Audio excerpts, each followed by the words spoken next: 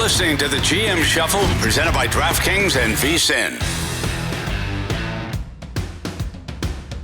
Welcome into the GM Shuffle. The GM Shuffle is presented by DraftKings. DraftKings, the crown is yours. I am Geoff Schwartz, 8 years in National Football League, alongside Marty Hurney, former Carolina Panthers general manager and Washington Commanders EVP of player personnel and advisor. Also, the general manager who drafted me in the Carolina Panthers, believe it or not. Yeah, Geoff Schwartz, the Carolina Panthers, is Marty's fault, everyone. All Panthers fans, it's his fault right here that I was a Panther. Hey. All right. Go ahead. I'll take that one proudly, Geoff. That's one of the ones I'm very proud of. Look, 7th round pick playing 8 years. I will take it. Our Thursday show follows the same script. We will preview all the games for this weekend. We'll give you our favorite wagers if we have one, the storylines for each one, and we'll also touch on Thursday Night Football as we prepare to see a divisional matchup between the Steelers and the Bengals. But today, Marty, we're going to start with some news that we did not get to on Monday because it happened after our show on Monday, and that is the Tennessee Titans firing Brian Callahan. They have now fired 2 GMs, 2 head coaches in 4 years, and Brian Callahan just did not work, didn't win. And more than anything else, Marty, it was the way they lost, right? It was bad football, to put it nicely, right? It was sloppy football. It was penalties and turnovers and poor coaching decisions to end halves. And then you had Jeffrey Simmons, who's a leader on this team, who's been there his entire career, who knows what winning football is like, come out after the game on Sunday and say, hey, we didn't practice well on Wednesday and Thursday after we beat Arizona the week before. And that, to me, is a giant red flag. Marty, if there's a final red flag, it's that. It's your team captain calling out the team and, more importantly, the coaching staff for not getting the guys to practice the way they should. That, to me, is a coaching issue and a player issue, but that you're either celebrating your win too much or not focused on the right things. Now Brian Callahan is out.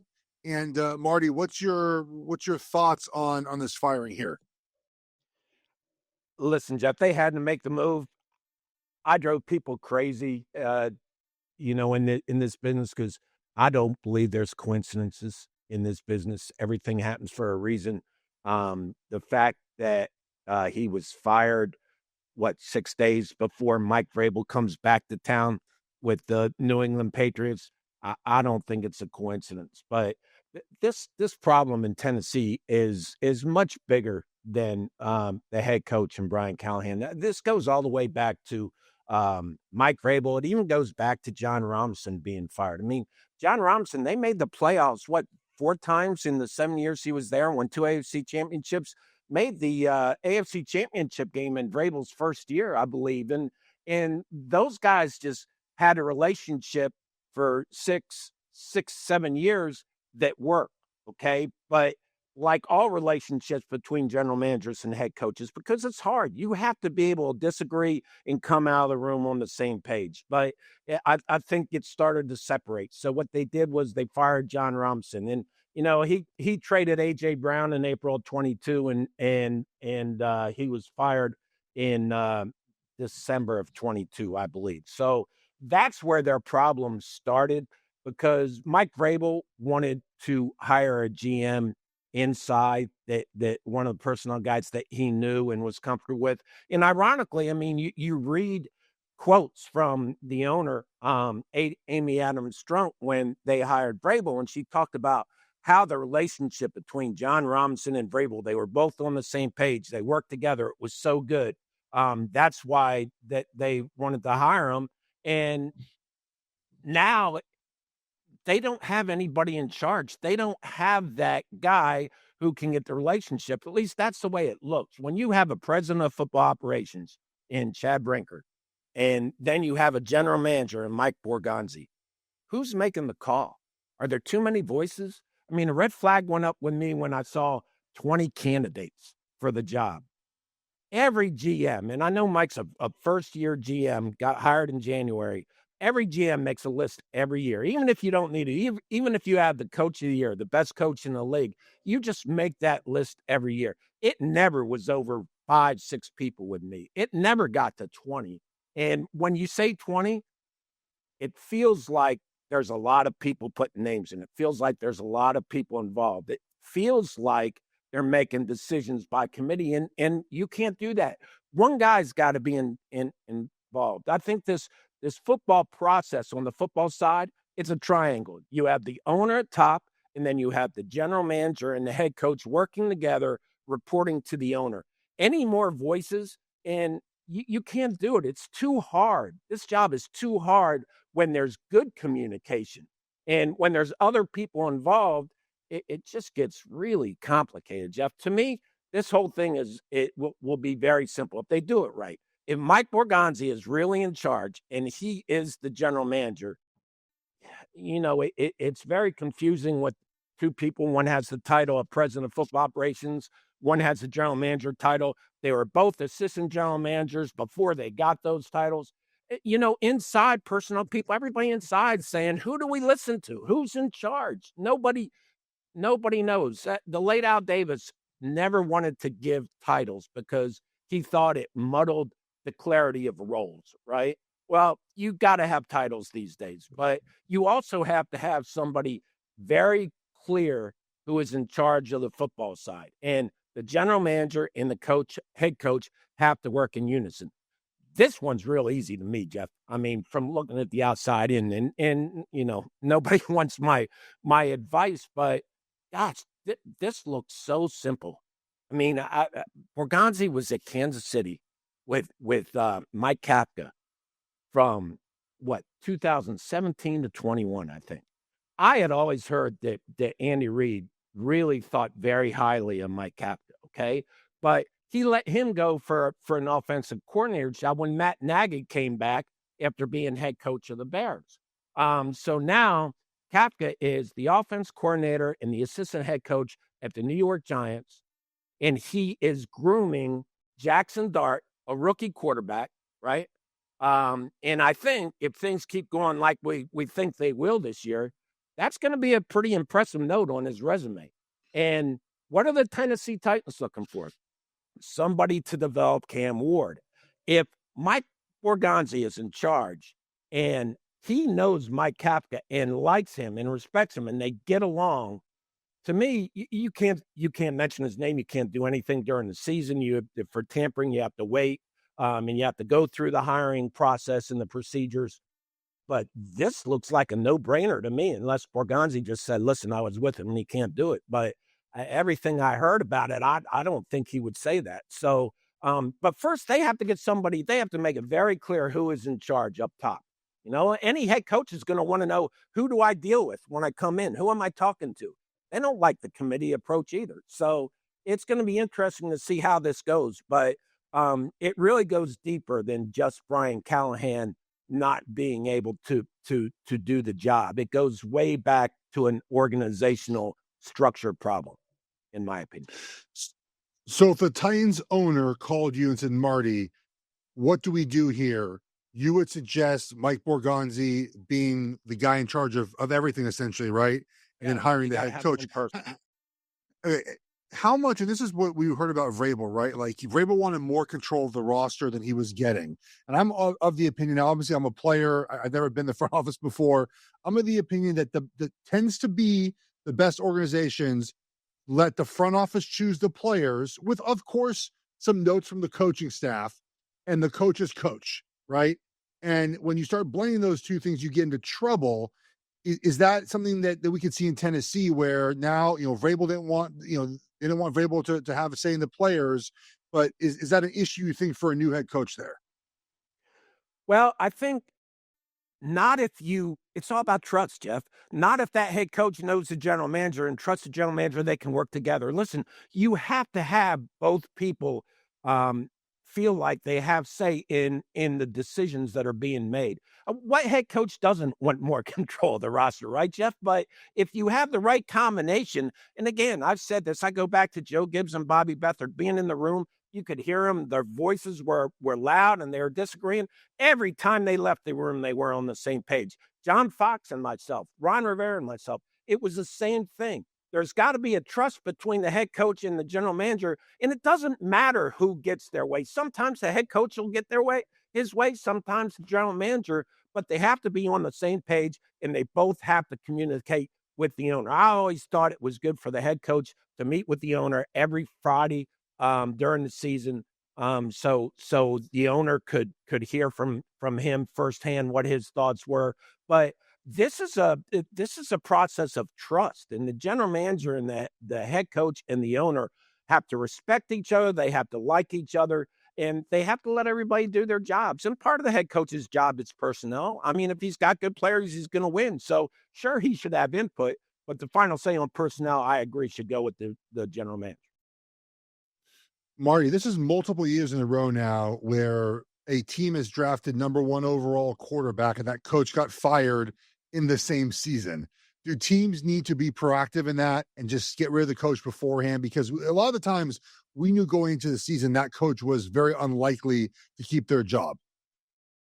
Yeah, it's funny, Geoff, you sound like a coach because all coaches are saying if you draft a quarterback high, you're drafting them for somebody else. And, that's usually the way it happens. See, the head coach is either fired before you draft the quarterback high or he's fired a year after you draft the quarterback high.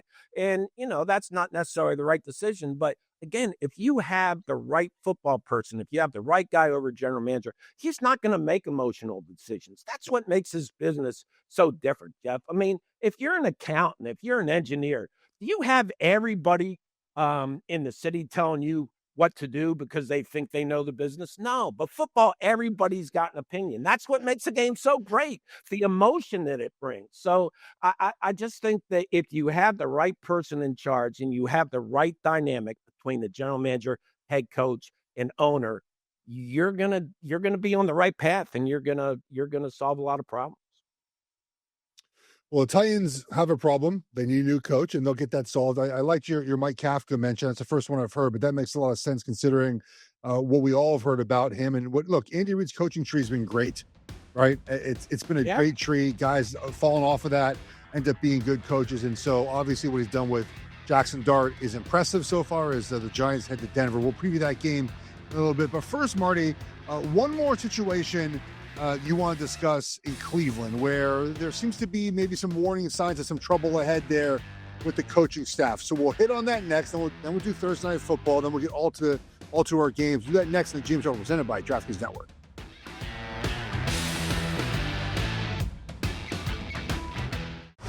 You're listening to the GM Shuffle, presented by DraftKings and VSiN.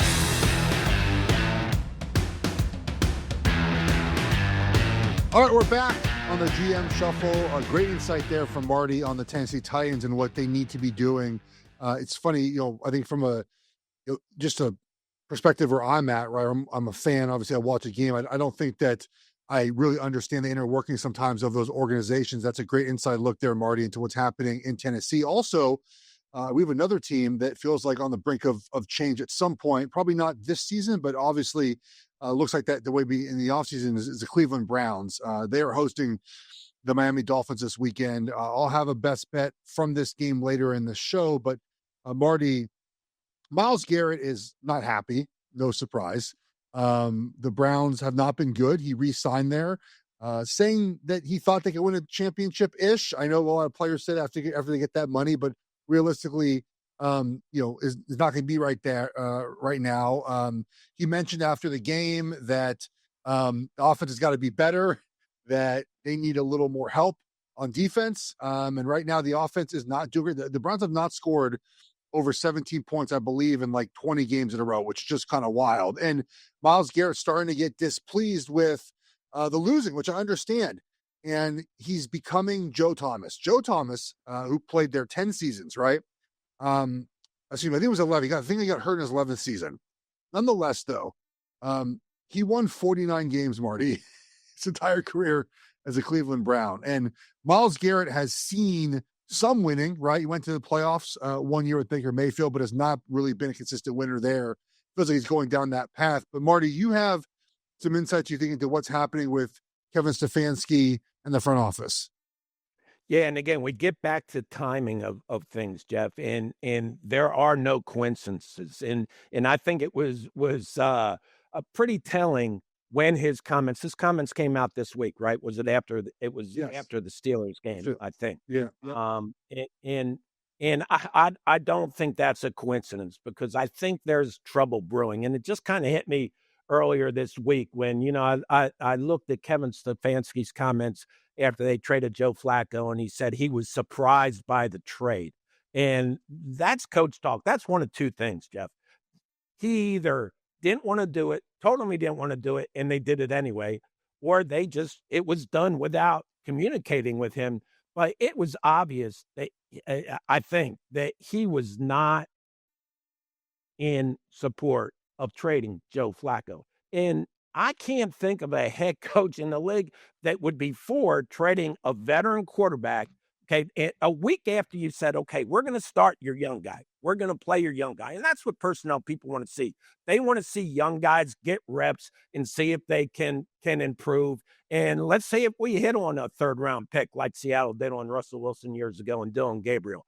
But instead, 2 days after his first start, they trade Joe Flacco to a division rival, the Cincinnati Bengals, to flop a 6th-round choice for a 5th-round choice. And every time I say that, I see John Fox in my head saying, we're not even getting a draft pick. We're just flipping them 5th and 6th round. Who are you going to get in the 5th round that's better than a veteran quarterback that can help us this year? So Andrew Berry has kind of taken the fall for this. He's gotten criticized. Mike Tomlin came out and made a comment. And I think one of the difficult things as a general manager is sometimes you just have to eat it. You have to take the responsibility. I don't think this was Andrew Berry. I mean, I have that picture on draft day of the Browns draft room when they drafted Shedeur Sanders. And this is why I never wanted cameras in the draft room. And now everybody's got to have them. But they flashed that picture, and everybody looked like they lost their dog. I mean, they were not high-fiving. They were not happy. They had taken Dylan Gabriel in the 3rd round. And I said, from that point on, I said, oh, man, this doesn't sound good. That it felt like something from the top down. And I don't know whether it was owner Jimmy Haslam. You read a lot of stories about how he had a relationship with Deion Sanders. But now you fast forward and you trade Joe Flacco when it's obvious Kevin Stefanski did not want to trade him. And you just think, was this the owner saying, listen, I want to clear it out where Shedeur Sanders is the backup? I think it erodes the confidence between the head coach and Andrew Berry, although I don't know whether it's Andrew Berry, but sometimes you just have to take responsibility for it. But I think this is an issue. And I started thinking about it when I looked at this game, and, heck, the Chargers had Kamani Vidal run for 124 yards against the Dolphins last week. He was their third or fourth running back starting camp. So you would think that the Browns would have the edge. But gosh, Geoff, when you don't know what's going on behind the scenes, and it just seems like there's a real discord. There's not very good communication right there in the front office. And that affects everybody. And I think Myles Garrett feels that, right? He's a guy that's been around. He felt that. And I just think the timing of his comments were not coincidental. The thing that's interesting about that is that, players that are veterans certainly feel the front office decisions more than young players. Young players, we're just oblivious to all of that, Marty. We just don't pay attention to those things.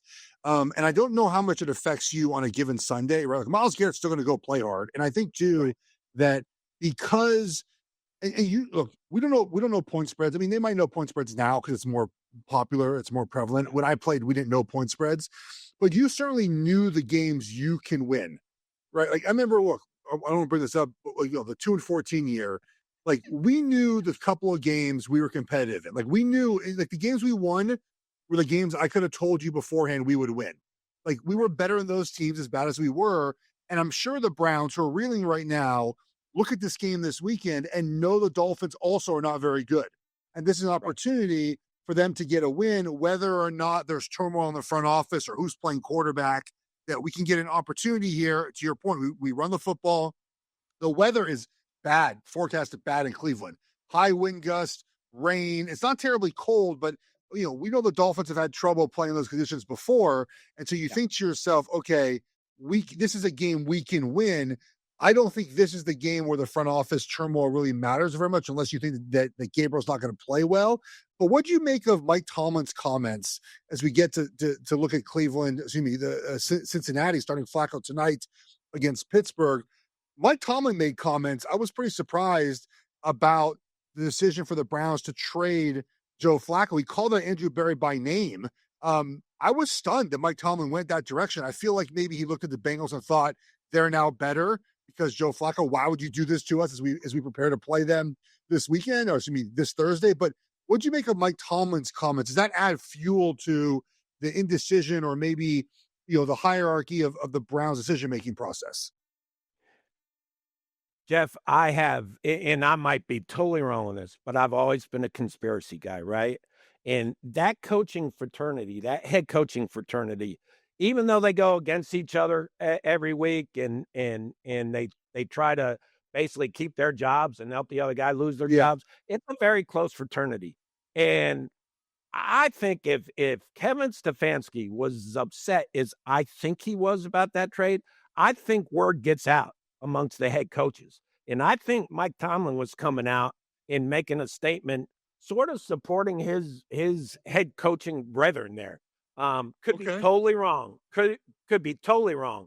But it's unusual to see that, right? And then when you go back and you look at this and you figure out how that decision was made, I think that's the only thing I can do to explain that, because normally you don't make those comments. And Mike Tomlin always says what he thinks, but I don't even think Mike does that. But I do think that it probably is around the head coaching fraternity that Kevin Stefanski did not want to make that trade.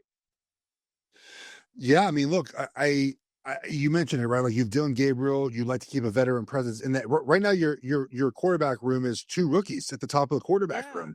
And even if Joe Flacco wasn't playing, you had the ability for him to be a mentor, for him to teach these players how to watch film, what to look for, to be a like, Dylan Gabriel has a bad drive. He comes off the field, quarterback coach talk to, and then no one else. Right. I mean, he talked to Shadur, but Shadur hasn't played an NFL game before. How's he going to give him advice? Joe Flacco was there to help him out. Now, as far as the game tonight, Marty, between the Steelers and the Bengals are 5.5-point underdogs. I like the Bengals tonight, covering this spot for a couple reasons. We saw Joe Flacco get a little more comfortable as that game went on against Green Bay. Also, too, like the idea of just to throw the ball to good wide receivers. Like, Jake Browning couldn't do that. Joe Flacco can. The ball's out quickly, though. If there's any hesitation at all, he's going to get sacked. But more importantly, I'm going to pull this number up here. Mike Tomlin is bad in this spot. He's always been bad as a favorite of 4 or more points. He's 13, 26, and 1 against the spread. That counts, by the way, last weekend's game where he did cover against the Browns. I just like the Bengals in this spot. I don't like the Bengals as a team, Marty, but to cover this game, this is a prime spot. Short week, Thursday night. Tomlin's not great on Thursday night. The Bengals found a little bit of rhythm at the end of that game. I think you just do enough to make this ugly and cover this game at home. First person, if the Bengals were to win this tonight, the first person that goes in and tells Andrew Berry what the score was is Kevin Stefanski. So it's just, the Bengals did show a little bit of an uptick. So are the Steelers. So this is a hard game, but it's a division game, Geoff, and 5.5 points is always a lot of points to give in a division game, especially on the road. Yeah, it absolutely is. Very quickly, they're not playing this week, Marty, but the Ravens in the same division as we know, they're going to be behind either 4.5 games to Pittsburgh after tonight. The Bengals will be a few more games ahead of them if they win tonight. But the Ravens get everyone back next week as they come off a bye. Their schedule lines up a little bit. Can the Ravens still make a push, you think, to end up at the top of this division, even if Pittsburgh wins tonight? Really hard, Geoff, really hard. I mean, there's so many questions. And I think that last week it looked like, and you had heard that John Harbaugh was trying to make some schematic changes maybe in their defense, and they really focused on that. And their defense played better. But, boy, they've been so beat up. They don't have chemistry. You just don't flip a switch and turn it on and off. You know that. So I would think not again. I mean, I was on a team that went 0-4 and made the playoffs, finished 11-5. Can they do it? Yes. I think it's very unlikely. If you like what you're hearing on the GM Shuffle, there's even more at VSiN Pro. Betting splits, power rating, and sharp analysis, all for just $9.99 your first month. Go to vsin.com/subscribe and check out all the subscription options. All right, Coming up next, we're going to hit Game 7 previews. Excuse me, Week 7 previews, not Game 7. We'll hit 7 games. We'll hit Week 7 game previews next on the GM Shuffle presented by DraftKings Network.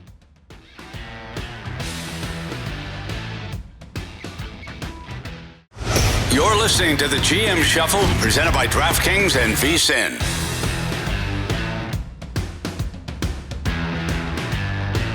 All right, we're back on the GM Shuffle, Marty. Let's get right into previewing some of these games here. We'll start with the game between the Eagles and the Vikings. The Eagles 4-2 off that Thursday Night Football loss. The Vikings are 3-2 off a bye here. Philly's favored by 1.5. Total is 43.5. I believe it's still Carson Wentz this week in a revenge spot for the Vikings quarterback. Look, this game to me is about what are the Eagles? Last year at this time, they were scuffling too, right? There was talk about Nick Sirianni being fired. They were 2-2. Their offense was really stuck in the mud. But this year feels a little bit different because the offensive line concerns, this team is built around their offensive line, right? Their offense goes, their offensive line goes.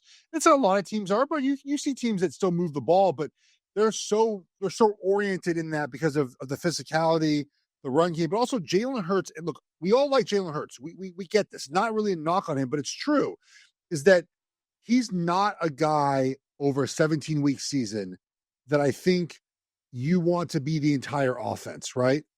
In a Super Bowl, he was great, fantastic, right? But over 17 weeks, I don't think he's that guy. You want to incorporate the run game. You want to incorporate the play action pass. And right now, it's not happening for many reasons. Mostly the offensive line is pretty beat up right now, and you lose a couple guys, and guys older, Lane's older, Dickerson's out. Like you lost Becton. It's just not as good. And so what are they, Marty? I don't know. There's, AJ Brown's pissed off and whatnot. There's rumors about him being traded. All that being said, this does feel like a good Eagles spot in this game. The more Carson Wentz plays, the less I like the Vikings. We're seeing around the NFL that first game of backup plays, Marty, they're okay. And then we see why they're a backup for a reason. So I like Philly to get right in this spot, Marty. What are your thoughts on this game?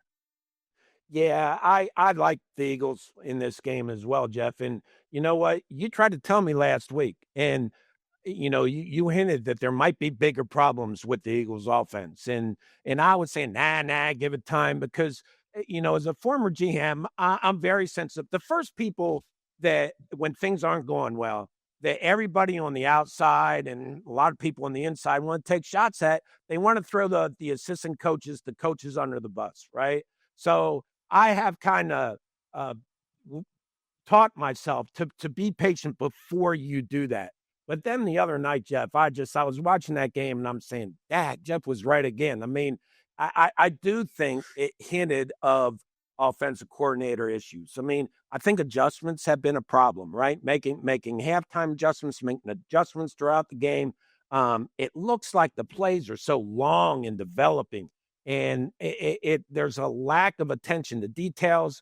There's some confusion, I think. I mean, that play at the end of the half where Jalen Hurts ran the ball and ran out the clock essentially when they were in field goal position, that just doesn't happen. That's communication, okay? That should not happen. So I do think you make a great point. Listen, Howie Roseman builds this team around the offense and defense line. And I think that they really miss Landon Dickerson in the run game, okay? And you're right, they have to be a balanced offense. That's why they went out and got Saquon Barkley. I mean, it's just you're balanced, and that's what made them so good is because they were a two-pronged threat, so to speak. But they're not doing that now. And I think that this extra 3 days that Nick Sirianni had to look at things and prepare, and he's going to try to fix some things quietly. I mean, the one thing I hate to see, Geoff, is I read a thing where, somebody went on Instagram and said Kevin Petula was fired. And listen, and I know, being in the public eye, we understand being criticized. We can take the criticism. But when something like that happens and gets out, I always think of the families because, the kids, the wife, they didn't sign up for that. It's not their responsibility. And they're the ones that are affected the most because we bury ourselves into work and don't read it or listen to anything, right? So it's gotten to a point where I think Nick Sirianni knows he has to step in and make some tweaks of how they're doing things. And I'm hoping that works. And I'm rooting for Kevin Petula now because I just hate to see anybody do that. But you go back to A.J. Brown 2 weeks ago when he said he didn't feel listened to, and basically it was a cryptic quote, but that's what he said. That should have been something I'd said, oh, man, something might be wrong because players know. Players know players know coaches, players know when things are right and wrong. You know that. So I think the Eagles have to make some adjustments. I'm thinking Sirianni will make those. Yeah, Sirianni's offensive guy needs to get more involved. You're right. I mean, the changes over the years, offensive coordinator, not his fault, obviously, when they're getting head coaching jobs, but clearly, if he is an offensive guy, he should step in here. Let's get to the game in London. It's a really interesting game here. Rams at Jacksonville. The Rams stayed in Baltimore. They've been practicing at the Camden Yards this week after a win against the Ravens. That was sloppy, but a win nonetheless. Jacksonville off that loss to the Colts, where the Seahawks, I should say, where it seems like Jacksonville's wide receivers hate their quarterback. They continue to not catch the football. They continue to not tackle terribly well at times. And I go back to this idea, Marty, of their defense, where it seems to be if they don't force turnovers, they can't get many stops. But this game is in London. The Rams are favored by 3. It feels like a tad of a high number, but I like the Rams a lot. Obviously, right now, we don't know the status of Puka Nacua. That'll play a big role in this game. I don't have a wager for this game, Marty, but for me, it's about Jacksonville. I want to see Jacksonville. I know what the Rams are. I want to see Jacksonville play a cleaner game offensively. If they can't, they're not going to win this game. Yeah, I agree, Geoff. On Monday, I kind of liked, and I still like it a little bit. I liked this game under it was 45.5 earlier in the week. And then I read Devin Lloyd's out this game, so that kind of made me give me second thoughts on this thing. But I still like the under some. Listen, the Rams are 4-2, and they're not clicking on all cylinders yet. Geoff. No. They're not playing the way they're going to play. And Sean McVay teams get better as the season goes, which most really good head coaches, you'll see, you look at their record in December, it's really good. So I think the Rams are going to keep getting better. Liam Cohn came out with some pretty tough comments about his team this week, and I think he's challenging them publicly. I don't know whether that'll work or not, but I really don't. I think if you force me, I think I'd probably say the Rams, but I still like this game a little bit under, not as much before Devin Lloyd was out, but this one's a really important game for both teams. Yeah. Let's get to an important game, maybe for the Jackson Dart hype train. The Giants are at Denver here, Marty. Giants are getting 7 points. Broncos are 7-point favorite, total of 39.5. I like the Broncos a lot in this game, Marty. This is a great spot, I think, to fade the Jackson Dart hype, which is totally deservable. But I'm really concerned, Marty, about how many hits he's taking. He is taking so many hits, and he's leaving games for concussion checks, for injured legs. Like, I just don't like the matchup for the Giants in this game. What the Giants do best is rush the passer, right, and stop the run. The Broncos' offensive line is really good. I'm not sure the Giants are going to score very much in this game against Denver's defense.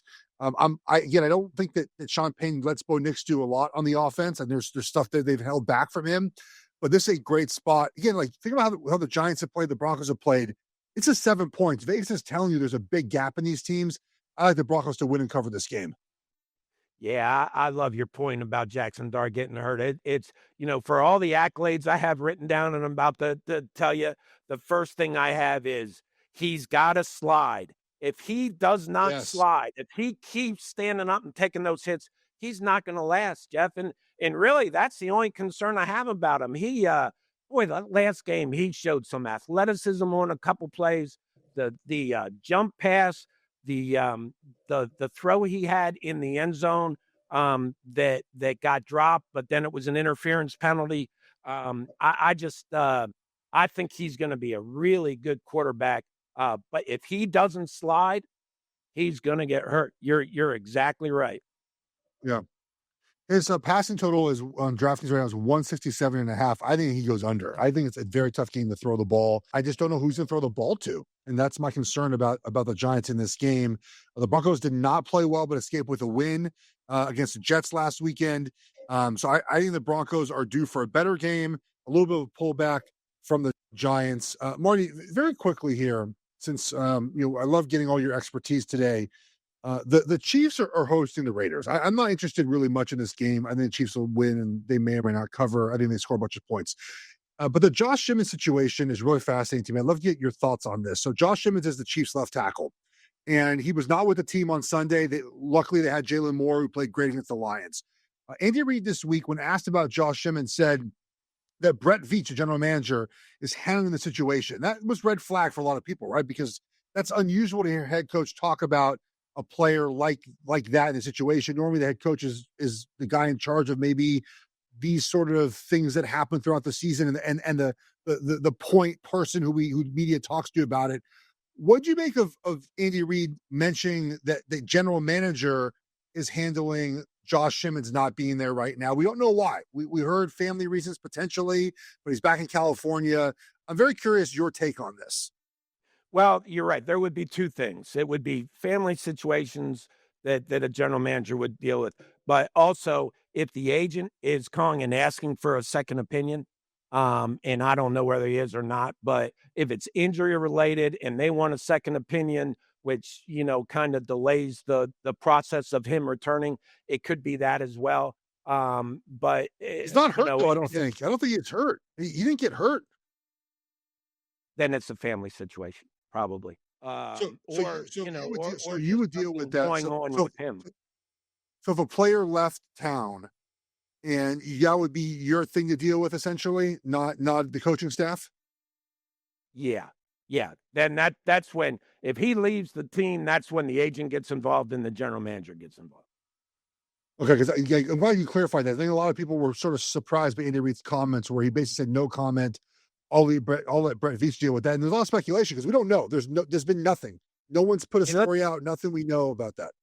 Let's make it clear, Geoff. Andy Reid's talking to Josh Simmons. I mean, he publicly said, "Hey, Brett Veach, you got this," but he ain't just letting it go. It's starting left tackle. I mean, he is calling him. He is definitely has communication with somebody, the player for sure. So he's probably more involved than you think. But, that it is the general manager's job in that situation.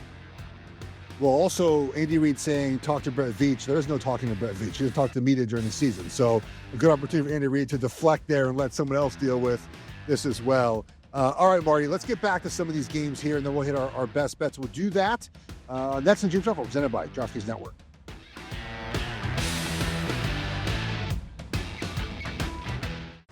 You're listening to the GM Shuffle, presented by DraftKings and VSiN.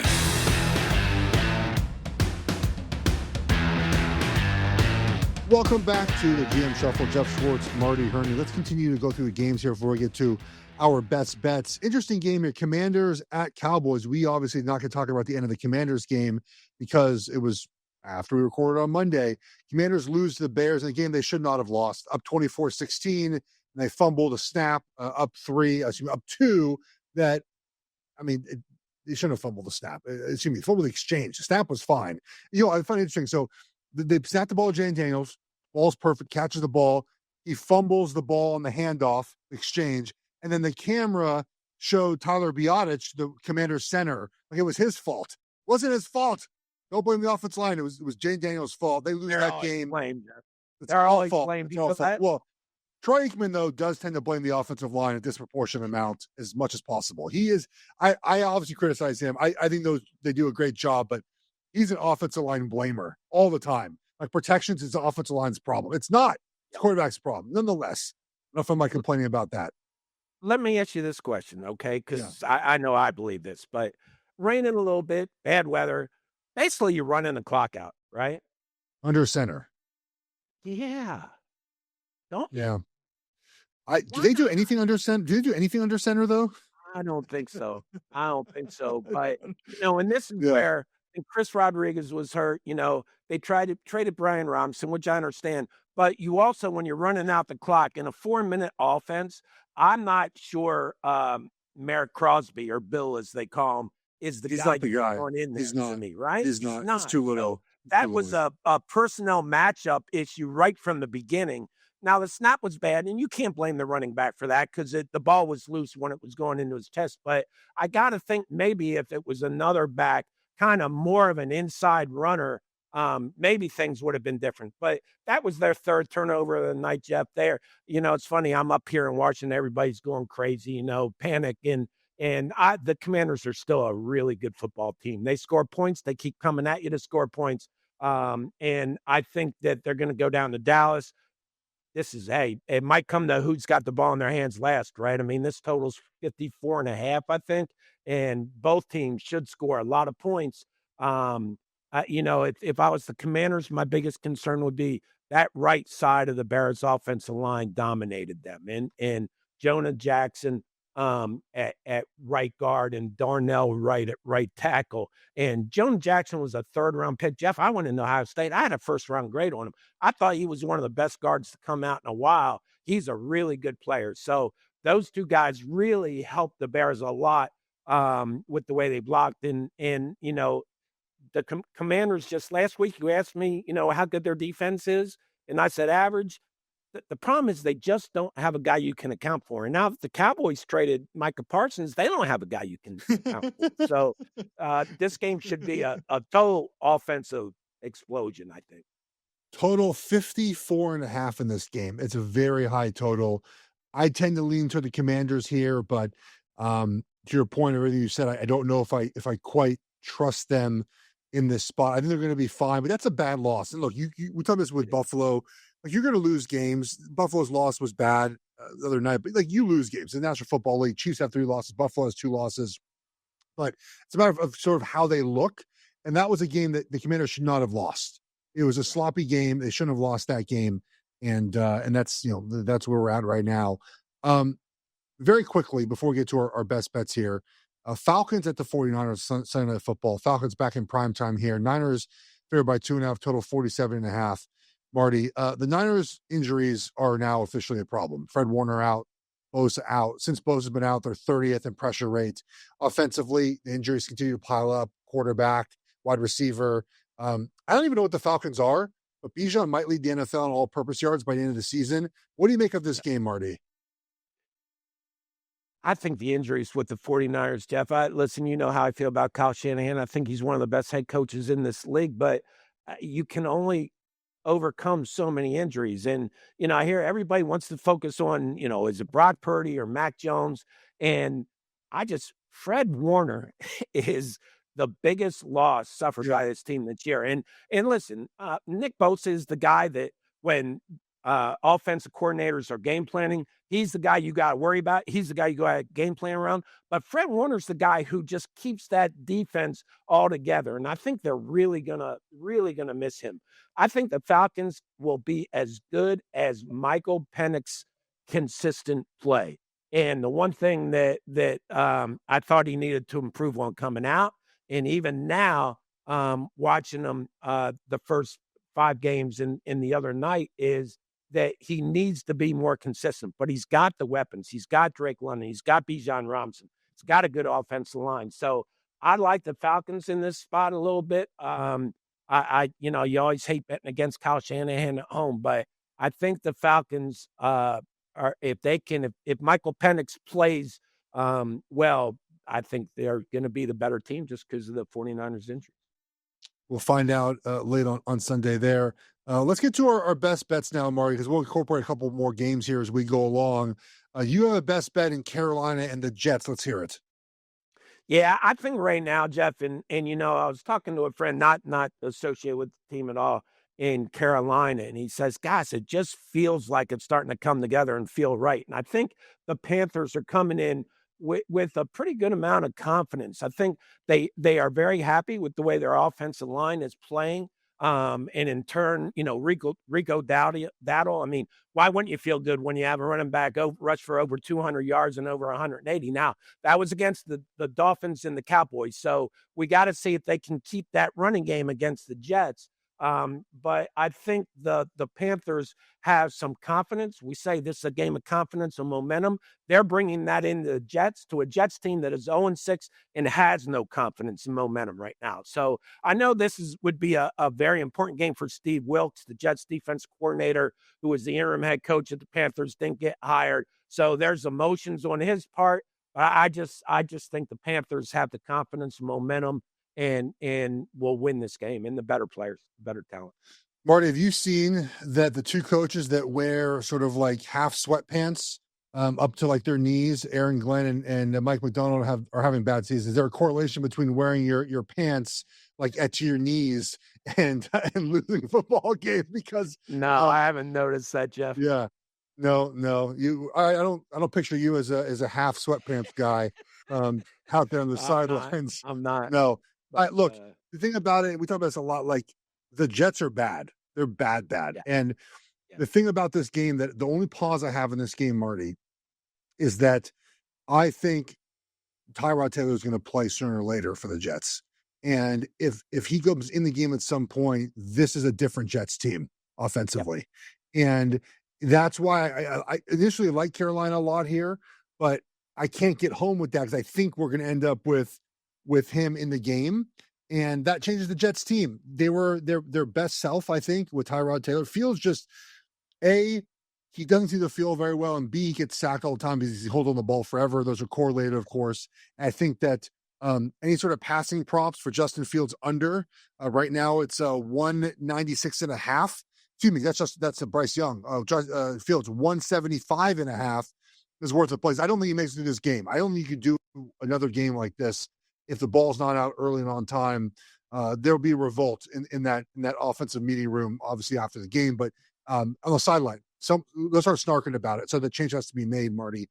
One game that I like quickly, Marty, is the Chargers hosting the Colts. Look, the Colts are riding sky high. They're 5-1, as we know. A tough game against Arizona. They've also just sort of played no one, man.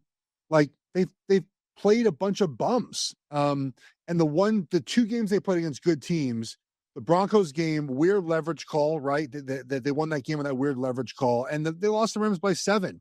Otherwise, they've played the Dolphins, stink, Titans stink, Raiders stink, and Cardinals stink. So the Chargers do have issues, as we know, with injuries. Certainly true. But I'm not sure the Colts defense can take advantage of it. The Colts defense, efficiency-wise, is like middle of the pack, but they allow points, they allow yards. I like the physicality of the Chargers defense. Tyler Warren is great. We know that Derwin James is sort of a tight end eraser, Marty, at times. So I like Derwin James against Warren in this matchup. I'm just sort of zigging, zagging here when the Chargers didn't look very good and come back win against the Dolphins. I like the Chargers to cover this game and win, obviously. Yeah, I really I respect the Colts. I think the Colts are a good football team, Geoff, and I think they're going to win that division. I think the Chargers are a really good football team. Injuries scare me a little bit. I mean, that they have so many injuries, and they went to Miami, and you're right, that was a dogfight. They had to win that game. The Colts, to me, they go out to the Rams. They should have beat the Rams. I mean, when Adonai Mitchell goes over and lets the ball go before the goal line, that drives me crazy. And then he has a holding penalty that nullifies another touchdown. And you're right. I mean, you can go and nitpick games at every play in every game, but the Colts were good enough to beat the Rams in L.A., and I think they're good enough to beat the Chargers. I don't know how this is going to work out, but I think this is two good football teams. It's to be a really good game. The Chargers, obviously, injuries are concerned, and hopefully they can get right, Marty. What's your other best bet? It's a game we talked about already, but what do you got here?